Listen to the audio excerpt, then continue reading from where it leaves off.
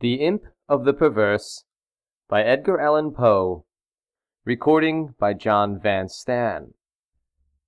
In the consideration of the faculties and impulses, of the prima mobilia of the human soul, the phrenologists have failed to make room for a propensity which, although obviously existing as a radical, primitive, irreducible sentiment, has been equally overlooked by all the moralists who have preceded them. In the pure arrogance of the reason, we have all overlooked it.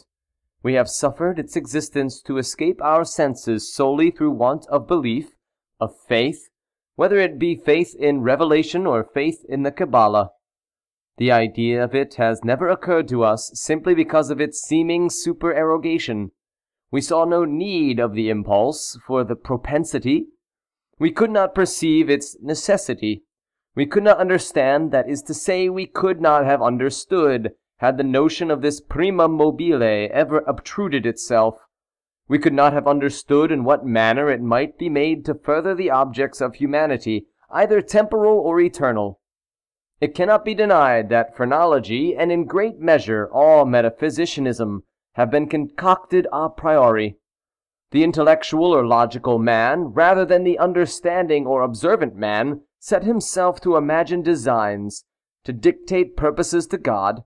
Having thus fathomed to his satisfaction the intentions of Jehovah, out of these intentions he built his innumerable systems of the mind. In the matter of phrenology, for example, we first determined naturally enough that it was the design of the deity that man should eat. We then assigned to man an organ of alimentiveness, and this organ is the scourge with which the deity compels man willy-nilly into eating. Secondly, having settled it to be God's will that man should continue his species, we discovered an organ of amativeness forthwith. And so with combativeness, with ideality, with causality, with constructiveness, so in short with every organ, whether representing a propensity, a moral sentiment, or a faculty of the pure intellect. And in these arrangements of the principia of human action, the spurzheimites, whether right or wrong, in part or upon the whole, have but followed in principle the footsteps of their predecessors, deducing and establishing everything from the preconceived destiny of man, and upon the ground of the objects of this Creator. It would have been wiser, it would have been safer to classify, if classify we must, upon the basis of what man usually or occasionally did, and was always occasionally doing, rather than upon the basis of what we took it for granted the deity intended him to do. If we cannot comprehend God in his visible works, how then in his inconceivable thoughts that call the works into being? If we cannot understand him in his objective creatures, how then in his substantive moods and phases of creation? Induction a posteriori would have brought phrenology to admit, as an innate and primitive principle of human action, a paradoxical something which we may call perverseness, for want of a more characteristic term. In the sense I intend, it is in fact a mobile without motive, a motive not motiviert. Through its promptings we act without comprehensible object, or, if this shall be understood as a contradiction in terms, we may so far modify the proposition as to say that through its promptings we act, for the reason that we should not. In theory, no reason can be more unreasonable, but in fact there is none more strong. With certain minds, under certain conditions, it becomes absolutely irresistible. I am not more certain that I breathe than that the assurance of the wrong or error of any action is often the one unconquerable force which impels us, and alone impels us to its prosecution. Nor will this overwhelming tendency to do wrong for the wrong's sake admit of analysis, or resolution into ulterior elements. It is a radical, a primitive impulse, elementary. It will be said, I am aware, that when we persist in acts because we feel we should not persist in them, our conduct is but a modification of that which ordinarily springs from the combativeness of phrenology. But a glance will show the fallacy of this idea. The phrenology combativeness has for its essence the necessity of self-defense. It is our safeguard against injury. Its principle regards our well-being, and thus the desire to be well is excited simultaneously with its development. It follows that the desire to be well must be excited simultaneously with any principle which shall be merely a modification of combativeness. But in the case of that something which I term perverseness, the desire to be well is not only not aroused, but a strongly antagonistical sentiment exists. An appeal to one's own heart is, after all, the best reply to the sophistry just noticed.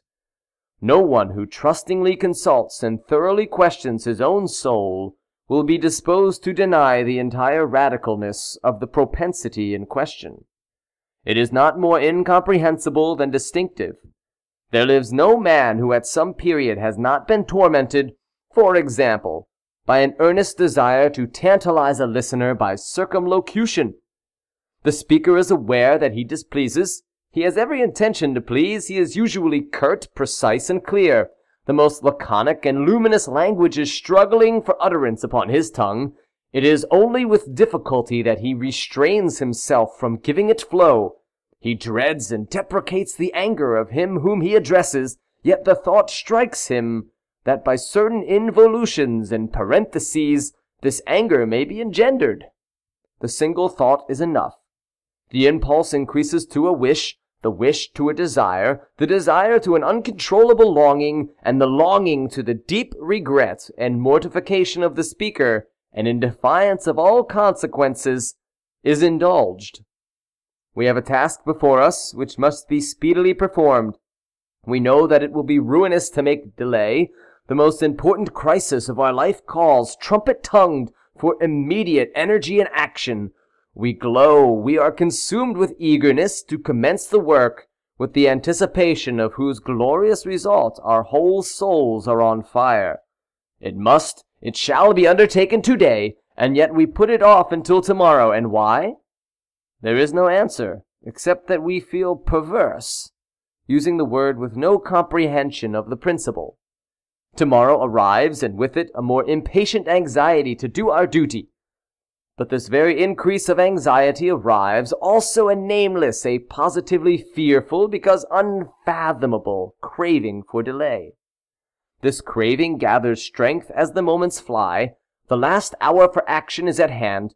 We tremble with the violence of the conflict within us, of the definite with the indefinite, of the substance with the shadow. But if the contest has proceeded thus far, it is the shadow which prevails. We struggle in vain. The clock strikes, and is the knell of our welfare. At the same time, it is the chanticleer note to the ghost that has so long overawed us. It flies, it disappears, and we are free. The old energy returns. We will labor now. Alas, it is too late. We stand upon the brink of a precipice. We peer into the abyss. We grow sick and dizzy. Our first impulse is to shrink from the danger. Unaccountably we remain. By slow degrees our sickness and dizziness and horror become merged in a cloud of unnameable feeling. By gradations still more imperceptible, this cloud assumes shape, as did the vapor from the bottle out of which arose the genius in the Arabian Nights. But out of this our cloud, upon the precipice's edge, there grows into palpability a shape far more terrible than any genius, or any demon of a tale, and yet it is but a thought, although a fearful one, and one which chills the very marrow of our bones with the fierceness of the delight of its horror. It is merely the idea of what would be our sensations during the sweeping precipitancy of a fall from such a height. And this fall, this rushing annihilation, for the very reason that it involves that one most ghastly and loathsome of all the most ghastly and loathsome images of death and suffering which have ever presented themselves to our imagination, for this very cause do we now the most vividly desire it. And because our reason violently deters us from the brink, therefore do we the more impetuously approach it. There is no passionate nature so demoniacally impatient as that of him who, shuddering upon the edge of a precipice, thus meditates a plunge. To indulge for a moment in any attempt at thought is to be inevitably lost, for reflection but urges us to forbear, and therefore it is, I say, that we cannot. If there be no friendly arm to check us, or if we fail in a sudden effort to prostrate ourselves backward from the abyss, we plunge and are destroyed. Examine these and similar actions as we will, we shall find them resulting solely from the spirit of the perverse. We perpetrate them merely because we feel that we should not. Beyond or behind this, there is no intelligible principle, and we might indeed deem this perverseness a direct instigation of the arch-fiend, were it not occasionally known to operate in furtherance of good. I have said thus much, that in some measure I may answer your question, that I may explain to you why I am here, that I may assign to you something that shall have at least the faint aspect of a cause for my wearing these fetters, and for my tenanting this cell of the condemned. Had I not been thus prolix, you might either have misunderstood me altogether, or with the rabble you might have fancied me mad. As it is, you will perceive that I am one of the many uncounted victims of the Imp of the Perverse. It is impossible that any deed could have been wrought with a more thorough deliberation. For weeks, for months, I pondered upon the means of the murder. I rejected 1,000 schemes because their accomplishment involved a chance of detection. At length, in reading some French memoirs, I found an account of a nearly fatal illness that occurred to Madame Pilau through the agency of a candle accidentally poisoned. The idea struck my fancy at once. I knew my victim's habit of reading in bed. I knew, too, that his apartment was narrow and ill-ventilated. But I need not vex you with impertinent details. I need not describe the easy artifices by which I substituted, in his bedroom candle-stand, a wax light of my own making for the one which I found there. The next morning he was discovered dead in his bed, and the coroner's verdict was, "Death by the visitation of God." Having inherited his estate, all went well with me for years. The idea of detection never once entered my brain of the remains of the fatal taper I had myself carefully disposed. I had left no shadow of a clue by which it would be possible to convict or even to suspect me of the crime. It is inconceivable how rich a sentiment of satisfaction arose in my bosom as I reflected upon my absolute security. For a very long period of time I was accustomed to revel in this sentiment. It afforded me more real delight than all the mere worldly advantages accruing from my sin. But there arrived at length an epoch from which the pleasurable feeling grew by scarcely perceptible gradations into a haunting and harassing thought. It harassed because it haunted. I could scarcely get rid of it for an instant. It is quite a common thing to be thus annoyed with the ringing in our ears, or rather in our memories, of the burthen of some ordinary song or some unimpressive snatches from an opera.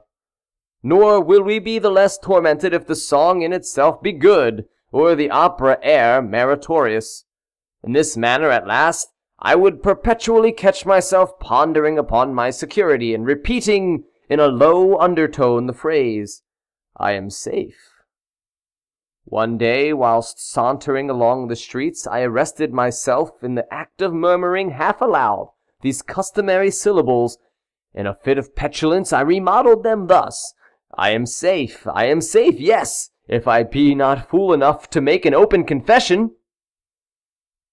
No sooner had I spoken these words than I felt an icy chill creep to my heart. I had had some experience in these fits of perversity, whose nature I have been at some trouble to explain, and I remembered well that in no instance had I successfully resisted their attacks.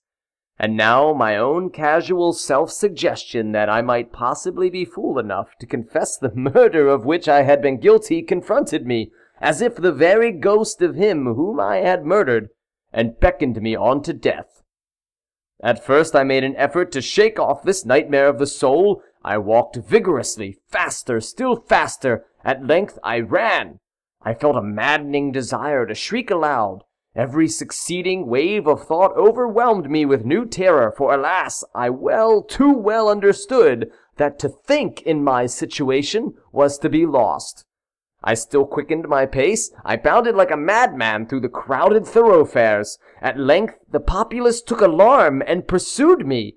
I felt then the consummation of my fate. Could I have torn out my tongue, I would have done it. But a rough voice resounded in my ears, a rougher grasp seized me by the shoulder. I turned, I gasped for breath. For a moment I experienced all the pangs of suffocation. I became blind and deaf and giddy. And then some invisible fiend, I thought, struck me with his broad palm upon the back. The long-imprisoned secret burst forth from my soul.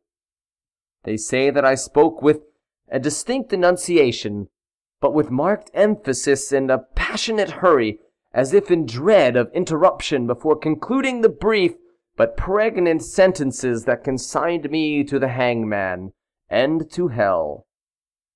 Having related all that was necessary for the fullest judicial conviction, I fell prostrate in a swoon. But why shall I say more?